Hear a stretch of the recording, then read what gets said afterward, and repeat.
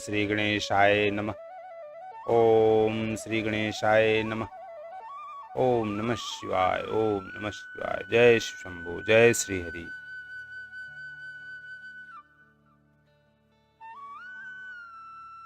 श्री शिव महापुराण रुद्र संहिता सती खंड का 22वां अध्याय सती और शिव का विहार वर्णन। जय शिव शंभो। कदाचिदस्थ दक्षस्य तनया जलदागमे कैलास छम्माभृतं प्राह प्रस्थस्थं वृषध्वजम्। ब्रह्मा जी बोले, किसी समय वर्षा ऋतु में जब श्री महादेव जी कैलाश पर्वत के शिखर पर विराजमान थे, उस समय सती शिव जी से कहने लगी, देव देव महादेव शंभो प्रमत प्राण वल्लभ शृणु मे वचनम नाथ श्रुत्वा तत्कुरु मानद। घनागमो अहम संप्राप्यतः कालः परम दुःखसः अनेक वर्ण में माँ घौघा संगीतांबर दिग्जया। हे देव देव, हे महादेव, हे शंभो, हे मेरे प्राण वल्लभ, हे नाथ, मेरे वचन को सुनिए और हे मानद सुन करके उसे कीजिए। हे नाथ, यह परम कष्टदायक वर्षा काल आ गया है तथा अनेक वर्ण के मेघों के गर्जन से आकाश तथा दिशाएं व्याप्त हो गई हैं। विवान्ति वाता हृदयं हारयन्ति वेगिनः कंदवरज्जसा धौताः पाथो बिंदु विकर्षणाः। मेघानां गर्जितैरुच्चैर्धारासारं विमुच्यतां विदुत्पताकीनां तीव्रेह शुद्धं स्यात् कस्य नो मनः। कदम्ब के पराग से समन्वित जल बिंदुओं को लेकर बहने वाली मनोहारिणी तथा तीव्र गति वाली वायु प्रवाहित हो रही है। इस वर्षा काल में जल समूह की धाराओं से वृष्टि करते हुए तथा चमकती हुई बिजली की पताका वाले इन मेघों की गर्जना के कारण किसका मन विक्षुब्ध नहीं हो जाता। न सूर्यो दृश्यते नापि मेघ छन्नो निशापति दिवापि रात्रिवर्दाति विरहि व्यसनाकरः। विरही जनों को दुखदायी कर देने वाला यह वर्षा काल महाभयानक है। इस समय आकाश के मेघाच्छन्न होने के कारण दिन में न तो सूर्य का दर्शन हो पा रहा है और न तो रात्रि में चंद्रमा ही दिखाई पड़ता है। इस काल में दिन भी रात्रि के समान ही प्रतीत हो रहा है। मेघा नैकत्र तिष्ठन्तो ध्वनन्तः पवनेरिताः पतन्त इव लोकानां दृश्यन्ते मूर्धन्यं शंकर। प्रचंड वायु के झोंकों के कारण मेघ शब्द करते हुए आकाश में कहीं भी स्थिर नहीं हो पा रहे हैं। हे शंकर, ये मेघ ऐसे प्रतीत हो रहे हैं जैसे अभी लोगों के सिर पर गिर जाएंगे।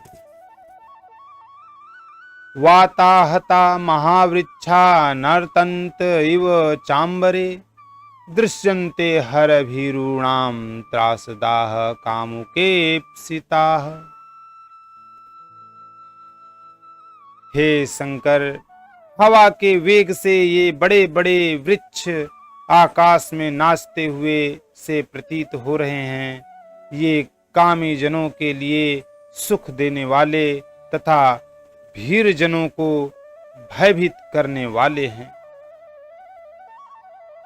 स्निग्ध नीलांचनस्यासु सदीवौघस्य पृष्ठतः बलाकराजीवात्युच्चैर्यमुना पृष्ठफेनवत् छपायामिष वल्लयो दृश्यन्ते कारभाश्रिताः अम्बुधाविवी संदीप्त पावको वडवा मुख। काले तथा चिकने बादलों वाले आकाश के ऊपर उड़ती हुई बकपंक्ति यमुना नदी के ऊपर बहते हुए फेन जैसी प्रतीत हो रही है। इस काली रात्रि में बादलों में छिपा हुआ यह चंद्रमंडल समुद्र में प्रदीप्त हुए वाड़वाग्नि के समान प्रतीत हो रहा है। प्रारोहन्ति सस्यानि मंदरे प्रांगुपीर्णेष्वपि किमन्यत्र विरूपाच्छ तस्योद्वन्ति वदाम्यहम् श्यामलय राजतय रक्तैर्विशदो अयं हिमाचल मंद्राश्चय मेघौघ पत्रैर्दुग्धाम्बुधिर्यथा। हे विरूपाक्ष, इस मंद्राचल पर्वत शिखर के प्रांगण में भी वर्षाकालीन घासें उग आई हैं, फिर अन्य स्थानों की चर्चा ही क्या करूं। मंद्राचल पर आश्रय ग्रहण करने वाले इन काले श्वेत तथा रक्त वर्ण के मेघों से यह विशाल हिमालय इस प्रकार प्रतीत हो रहा है जैसे पत्तों से पूर्ण दुग्ध का समुद्र हो। असम श्रीश्च कुटिलम भेजे यस्याथ किंसुकान उच्चावचान कालो लक्ष्मीर्गंता सत्यज्य संजनान। मंद्राचल मेघानां शब्देन हर्षिता मुहुः के कायते प्रतिवने सततं पृष्ठ सूचकम्। श्री शोभा सभी वृक्षों को त्याग कर केवल विषमता से किंसुक वृक्षों को शोभित कर रही है। जिस प्रकार महालक्ष्मी कलयुग में सज्जनों को त्याग कर सभी ऊंचे नीचे पुरुषों को प्राप्त होती हैं, मंदराचल पर्वत के शिखर पर वास करने वाले बादलों के शब्द से हर्षित होकर मोर वन में अपनी पीठ दिखाकर नृत्य कर रहे हैं। मेघोत्सुकानां मधुरश्चातकानां मनोहर धारासारशरैस्तात्पं पेतुः प्रतिपच्छोदगं तम्। मेघानां पश्य मद्देः दुर्नयं करकोत्करैः ये छादयन्त्यनुगते मयूराश्चान्तकास्तथा। मेघों के लिए उत्सुक इन चातकों की मधुर ध्वनि इस वर्षा काल में सुनाई पड़ रही है और पथिक गण तीव्र जल वर्षा के कारण रास्ते में होने वाली थकान को दूर कर रहे हैं। हे शंकर, मेरी देह पर मेघों द्वारा ओले गिराए जाने से उत्पन्न हुई इस दुर्नीति को देखिए, जो अपने अनुगामी मोर तथा चातकों पर भी उपल की वर्षा कर उन्हें ओलों से आच्छादित कर रहे हैं। शिखि सारंगयोर्दुष्टवा मित्रादपि पराभवम् हर्ष गच्छन्ति गिरीश विदूरमपि मानसम्। एतस्मिन् विस्मय काले किन्नम काकाश्च कोरकाः कर्वन्ति त्वां विना गेहान कथं शान्तिमवाप्स्यसि।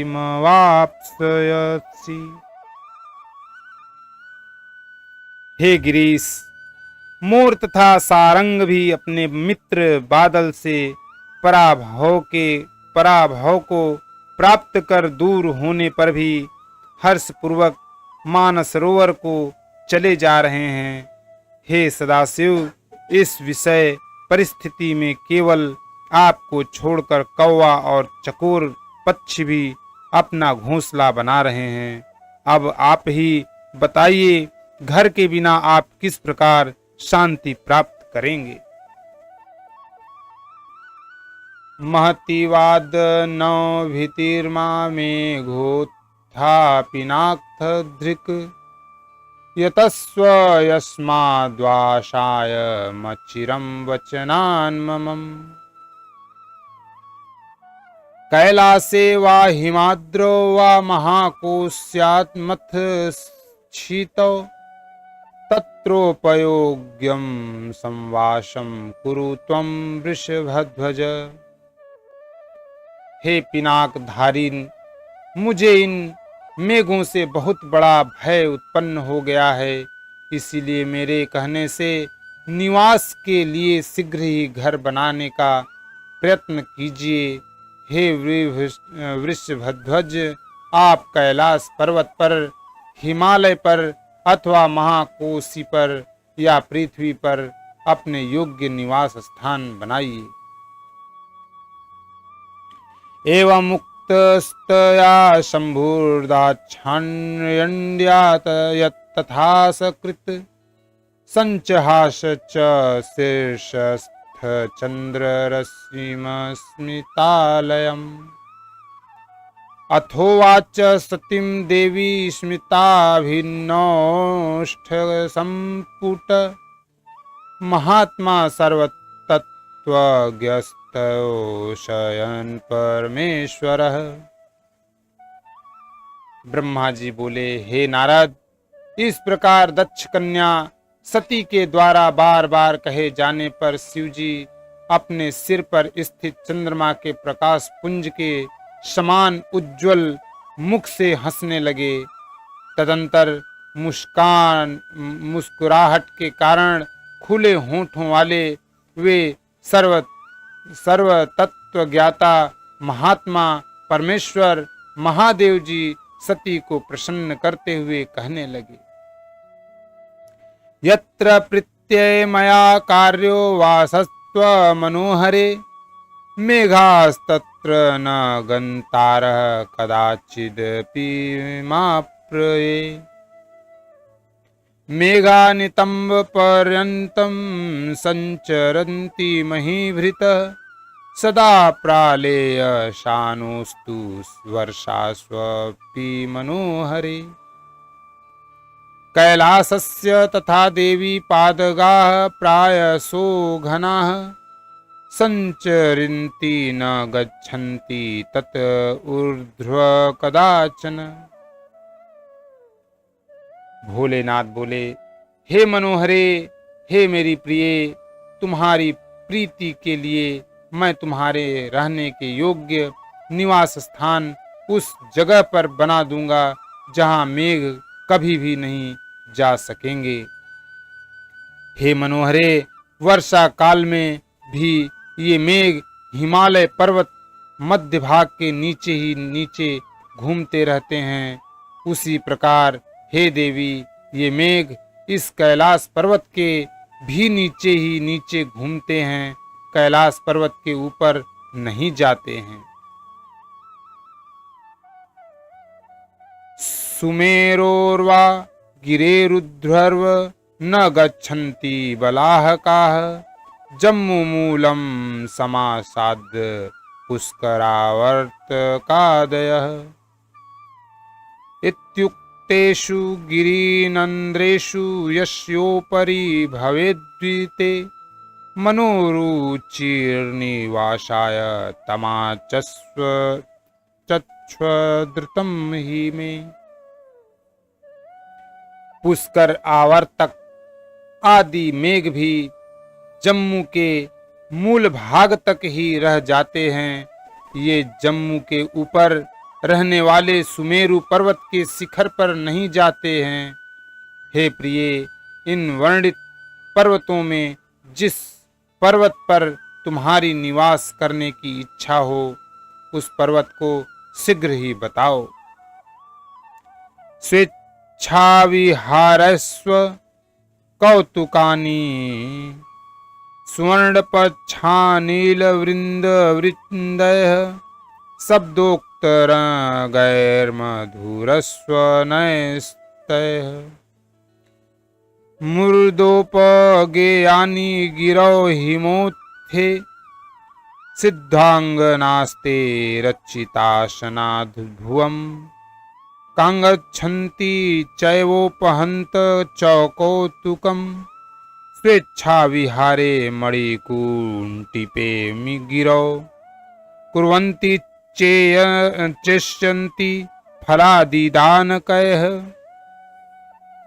इस हिमालय पर्वत पर निवास करने से स्वच्छंद विहार करने वाले स्वर्ण के सदृश पंख वाले ये अनिल नामक पक्षी समूह ऊंचे ऊंचे मधुर शब्दों से तुम्हारे कौतुक के लिए क्रीड़ा का गान करेंगे। सिद्धों की कमनीय स्त्रियां मणियों के द्वारा कुटकर बनाई गई इस हिमालय की भूमि पर स्वेच्छा विहार कालम में कौतुक से तुम्हारे बैठने के लिए आसन का निर्माण कर स्वच्छ पृथ्वी को तुम्हारे लिए अर्पण करेंगी और अनेक प्रकार के फल मूल आदि लाकर देने की इच्छा करेंगी।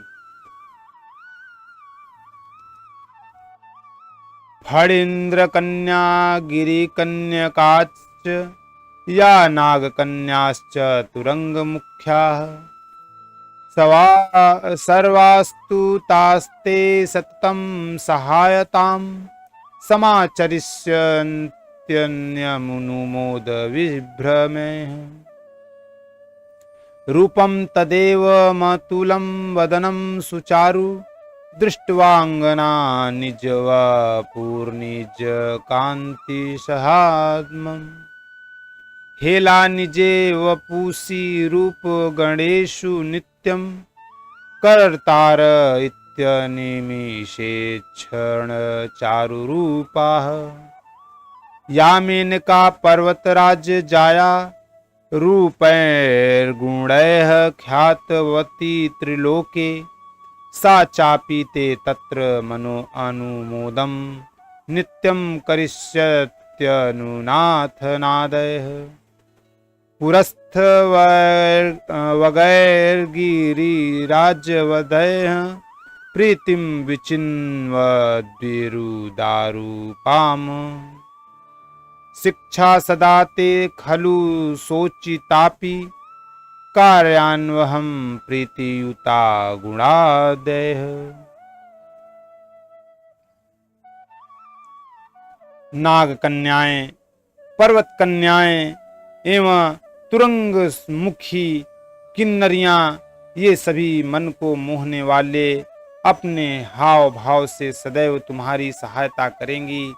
तुम्हारे इस अतुलनीय रूप तथा मनोहारी मुख को देखकर वहां की स्त्रियां अपने पति के लिए मनोहर लगने वाले शरीर, अपने रूप तथा गुणों को धिक्कार करेंगी तथा तुम्हारी ओर निरंतर देखती रहेंगी।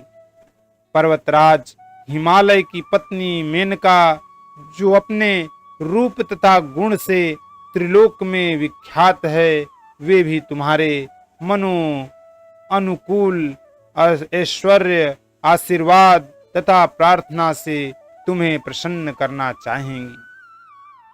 गिरिराज से वंदना के योग्य समस्त पुरजन तुम्हें प्रसन्न करने का सदा प्रयत्न करेंगे और यदि अत्यंत उदार रूपा तुमको कभी शोक हुआ तो वे लोग तुम्हें शिक्षा देंगे तथा अपने गुणों से प्रसन्न रखेंगे।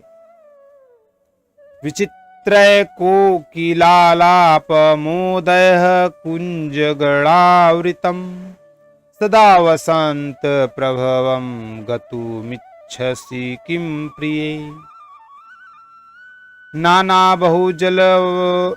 बहुजलापूर्णसरः शीतसमावृतं पद्मिनीशतशोयुक्तमचलेन्द्रं हिमालयम्।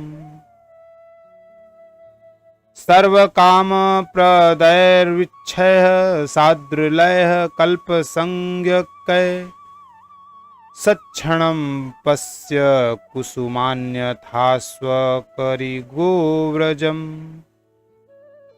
प्रशान्तस्वापदगणं मुनिभिर्यतिर्भिरुत्तम देवालये महामाये नानामृगगणैर्युक्तम्।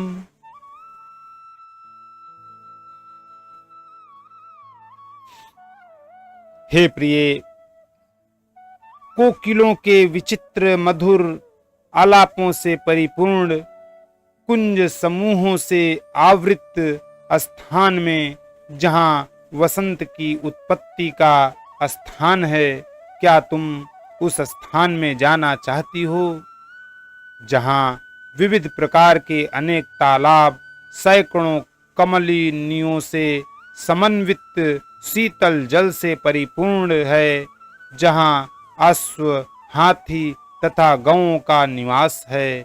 हे देवी, वहाँ सभी प्रकार की कामनाओं को प्रदान करने वाले कल्प संज्ञक वृक्षों से घिरे हुए सुंदर मनोहारी पुष्पों को तथा हरे भरे नवीन घास के मैदानों को प्रफुल्लित नेत्रों से देखना। हे महामाये, इस प्रकार के उस हिमालय पर हिंसक जंतुगण भी शांति पूर्वक निवास करते हैं। वह अनेक प्रकार के मृगगणों से युक्त हैं। वहां पर स्थित देवालयों में मुनियों तथा यतियों का निवास है। स्फाटिकैः स्वर्णवप्रार्दय राजतश्च विराजितं मानसादिसरोरङ्गैरभितः परिशोभितम्। हिरण्मय रत्ननालयः पङ्कजैर्मुकुलैर्वृतं शिशुमारैस्तथासङ्ख्यै कच्छपैर्मकरैः करैः। निषेवितं मञ्चुलैश्च तथा नीलोत्पलादिभिः देवेशी तस्मान्मुक्तैश्च सर्वगन्धैश्च कुङ्कुमैः। लसद्गन्धजलैः शुभ्रैरापूर्णैः स्वच्छकान्तिभिः। उस पर्वत के शिखर स्फटिक स्वर्ण एवं चांदी से व्याप्त है। वह मानसादि सरोवरों से चारों ओर से सुशोभित है। वह स्वर्ण से बने हुए रत्नों के दंड वाले अध खिले कमलों से व्याप्त है। शिशुमार एवं असंख्य कच्छप एवं मकरों से वह मानसरोवर परिव्याप्त है। वह मनोहर नील कमलों और उत्पल कमलों से शोभित है। हे देवेशी, वह कमल पुष्पों से गिरते हुए सुगंधित कुकुमों से व्याप्त है। गंधों से समन्वित स्वच्छ जलों से वह मानसरोवर पूर्ण है। मानसरोवर का तट साद्वलयस्तरुणैस्तुंगे स्थिरस्थैरूपशोभितम् नित्यद्विरिव शाखोटैर्वर्जयन्तं स्वसंभवम्। कामदेवैव सारसैश्च मक्तचक्रांगशोभितैः। मानसरोवर का तट हरे भरे ऊंचे एवं नवीन घास वाले भूमि भाग से सुशोभित है। यहाँ के शाखोट के वृक्ष इस प्रकार प्रतीत हो रहे हैं जैसे अपनी शाखा को हिलाकर नृत्य कर रहे हों।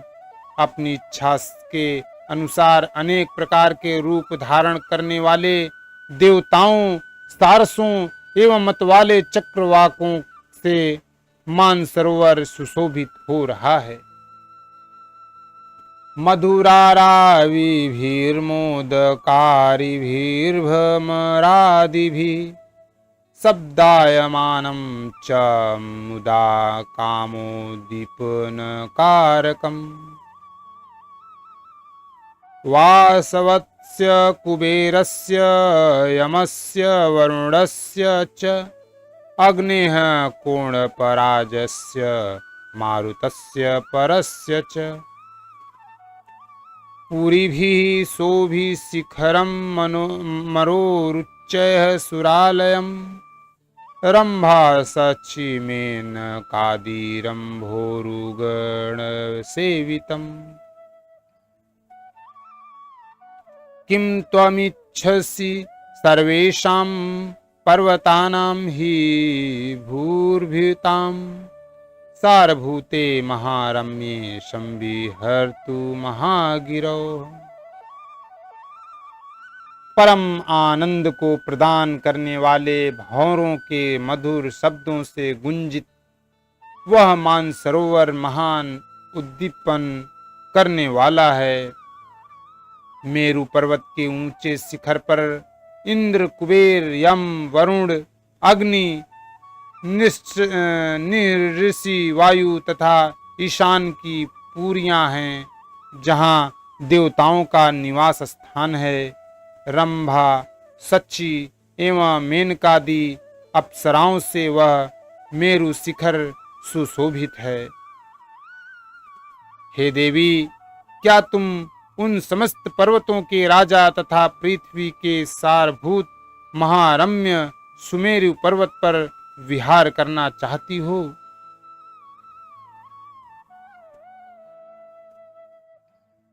किं त्वमिच्छसि सर्वेषां पर्वतानां हि भूभृतां सारभूते महारम्ये संविहर्तु महागिरौ। तत्र देवी शिखियुता साप्सरोगणमण्डिता नित्यं करिष्यति सची तव योग्यां सहायताम्। अथवा मम कैलासे पर्वतेन्द्रे सदाश्रये स्थानमिच्छसि विक्ते स पुरी परिविराजिते।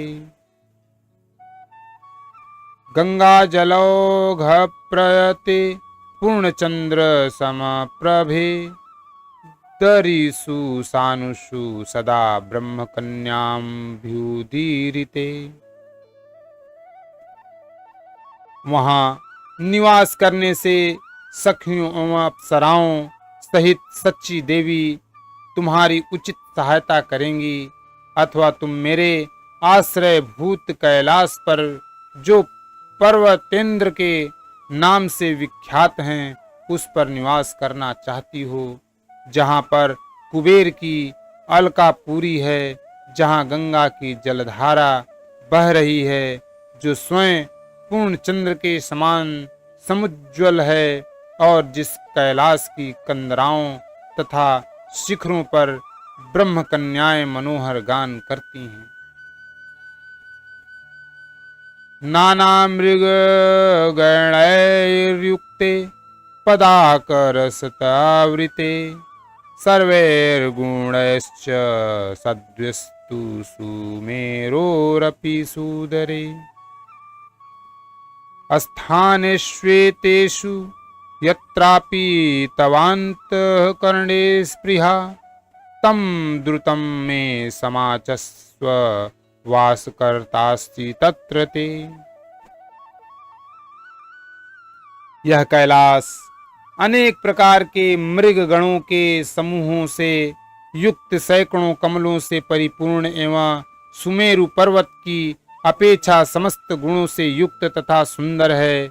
हे देवी, इन स्थानों में जहाँ कहीं भी तुम्हारी रहने की इच्छा हो, उस स्थान को शीघ्र मुझे बताओ। मैं वहां पर तुम्हारे निवास स्थान का निर्माण करूंगा। इति ऋते शंकरेण तदा दाक्षायणी शनैः इदमाह महादेवं लक्षणं स्वप्रकाशनम्। ब्रह्मा जी कहने लगे, शंकर के इस प्रकार कहने पर सती देवी अपने निवास भूत स्थान का लक्षण इस प्रकार कहने लगी। हिमाद्रावेव वसितुमहमिच्छे त्वया सह न चिरात् कुरु संवासं तस्मिन्नेव महागिरौ। सती जी बोलती हैं, हे देव, मैं आपके साथ इस पर्वतराज हिमालय पर ही निवास करना चाहती हूँ। आप इसी पर्वत पर शीघ्रतापूर्वक निवास स्थान का निर्माण कीजिए।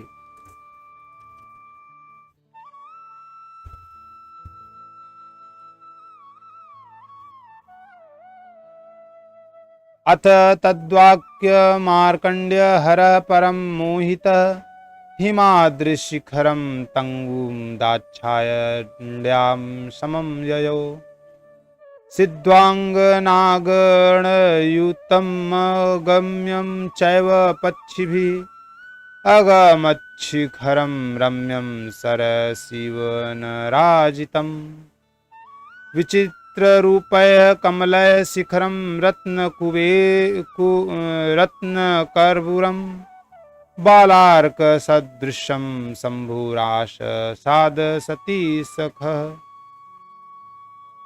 ब्रह्मा जी बोले, सती द्वारा इस प्रकार कहे जाने पर शंकर जी अत्यधिक मोहित हो गए और सती को साथ लेकर हिमालय पर्वत के ऊंचे शिखर पर चले गए।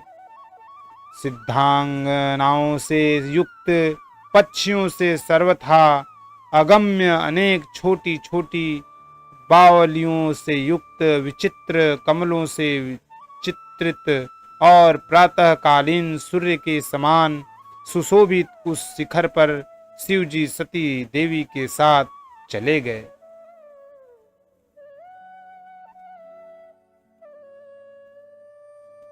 वह स्फटिक मणि के समान समुज्वल हरे भरे वृक्षों से तथा घासों से परिपूर्ण विचित्र पुष्पों वाली बावलियों से युक्त था। प्रफुल्लतरु शाखाग्र गुंजद भ्रमरे सेवितं पंकेरु है प्रफुल्लश्च नीलोत्पलचयस्तथा शोभितं चक्रवाकादयः कान्दवैर्हसंकुलः प्रमत्तसारसैः क्रौचैर्नीलस्कन्धैश्च शब्दितैः। उस शिखर के वृक्षों की शाखाओं का अग्रभाग विकसित पुष्पों से शोभित था। भंवरे गुंजार कर रहे थे। वह नील एवं अनेक वर्ण के कमलों से परिव्याप्त था। चक्रवाक, कदम्ब, हंस, शुक, सारस और नीली गर्दन वाले क्रौच पक्षियों के शब्दों से वह शिखर शब्दायमान हो रहा था। पुष्कोकिलानां निर्दैर्मधुरैर्गणसेवितैः तुरंगवदनैः सिद्धेरप्सरो मिश्रगृहार्के विद्याधरीभिर्देवीभिः किन्नरीभिर्विहारितं पुरंध्रीभिः पार्वतीभिः कन्याभिरभिसंगतं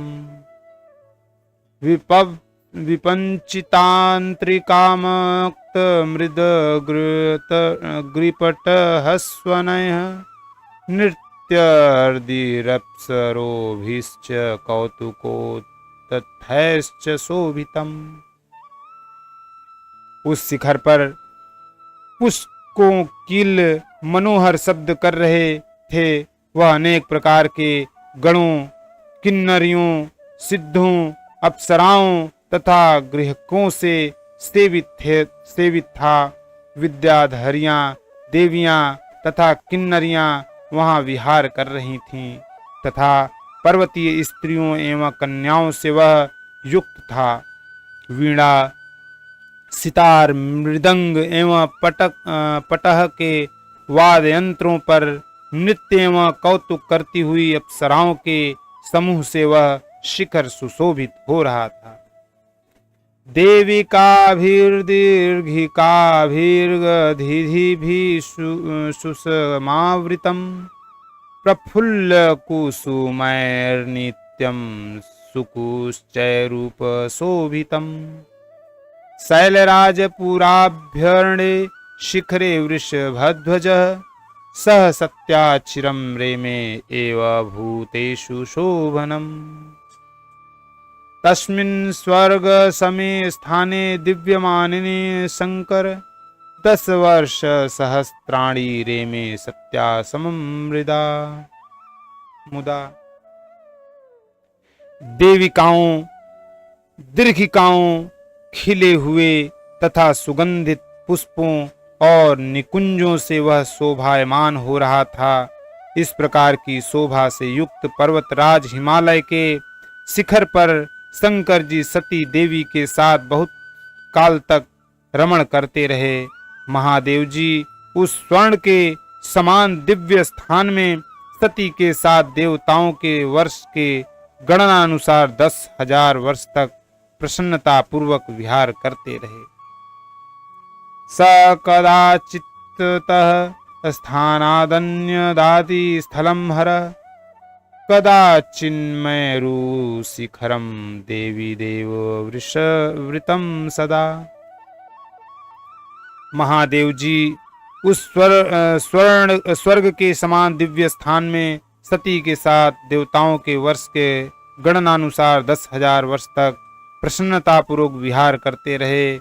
वे कभी उस स्थान को छोड़कर सती के साथ किसी दूसरे स्थान पर चले जाते थे और कभी देवी देवताओं से व्याप्त मेरु शिखर पर चले जाते थे। द्वीपाननान् तदोदानवनानि वसुधातलं गत्वा गत्वा पुनस्तत्राभ्येत्य रेमे सती सुखम्। न यज्ञे दिवारात्रो न ब्रह्माणि तपस्मयम् सत्यां हि मनसा शंभु प्रीतिमेव चकारः। एवं महादेव मुखं सत्यपश्यतस्म सर्वदा महादेवो अपि सर्वत्र सदा द्वाक्षिसति मुखम्।